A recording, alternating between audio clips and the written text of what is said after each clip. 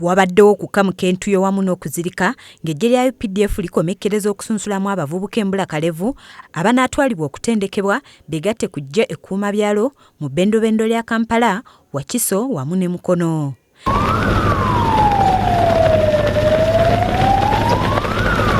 Okusunsulamu e Mukono kumaze ennaku 3 nga kuyinda nga gye kukomekkerezeddwa ng'abavubuka bawerera ddala 388 be basunsuddwa, wabula nga bangi basuuliddwa ettale olw'obutaba na biwandiiko bituufu biboogerako. Wakati mu kutendeka abasunsuddwa waliwo abazirise era nga na bano basuuliddwa ettale, wabula ng'abo be basudde balaze obutali bumativu olw'obutasunsulwa nga bagamba nti bavudde wala mu bitundu okuva Busia, Kole, Kuumi wamu n'awalala.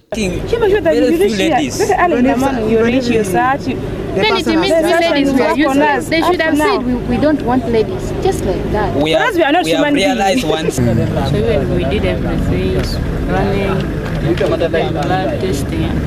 So the time they said that ladies are now. So we came back yesterday.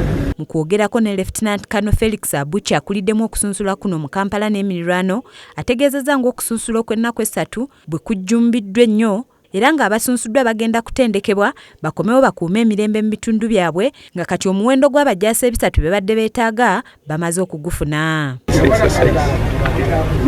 Here in Mukono we found a very overwhelming number of youth who have turned up, who will come after training to protect the people of Mukono.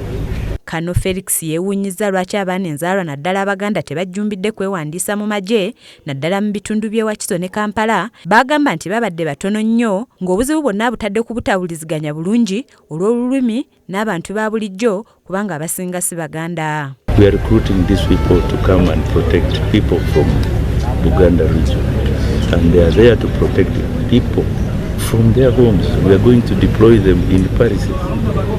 Now you get somebody who doesn't know Uganda. How are they going to coordinate? How are they going to cooperate? Ono agamba nti wabaddewo n'ebirumira ebirala omuli abafere abadde banyaga ssente ku bantu nga babagamba nti bagenda kubawandiisa. Ye ssentebe wa disitulikiti ya LC Yokutaani Mukono Andrew Ssenyonga alaze obutali bumativu olw'abaana Abaganda okunyoma omulimu gw'obusirikale n'asaba abazadde mu Buganda okukubiriza abaana okwenyigira mu magye kubanga mulimu ate gusasula. Abasinga obungi kyabbeeyi balowooza nti okubeerawo n'agenda n'akola bwerodiyo so nga mulimu gwennyini oguli professional abantu ne basoma ne babeera nga ne bafuna n'omusaala ate abaana baffe bangi nnyo abali wano nga ye asobola okugamba nti kyabbeeyi naye nga talina wadde omusaala gwafunayo ogw'essiringi 5 10 wabula okuggyako okweyiya obweyiya so guno omulimu oguli nga tteeka omwana ali ku mulimu ateekwa okukola ateekwa okusasula. Kiza Peter yakusakidde eggulire lino ku lwa KSTV agaleero.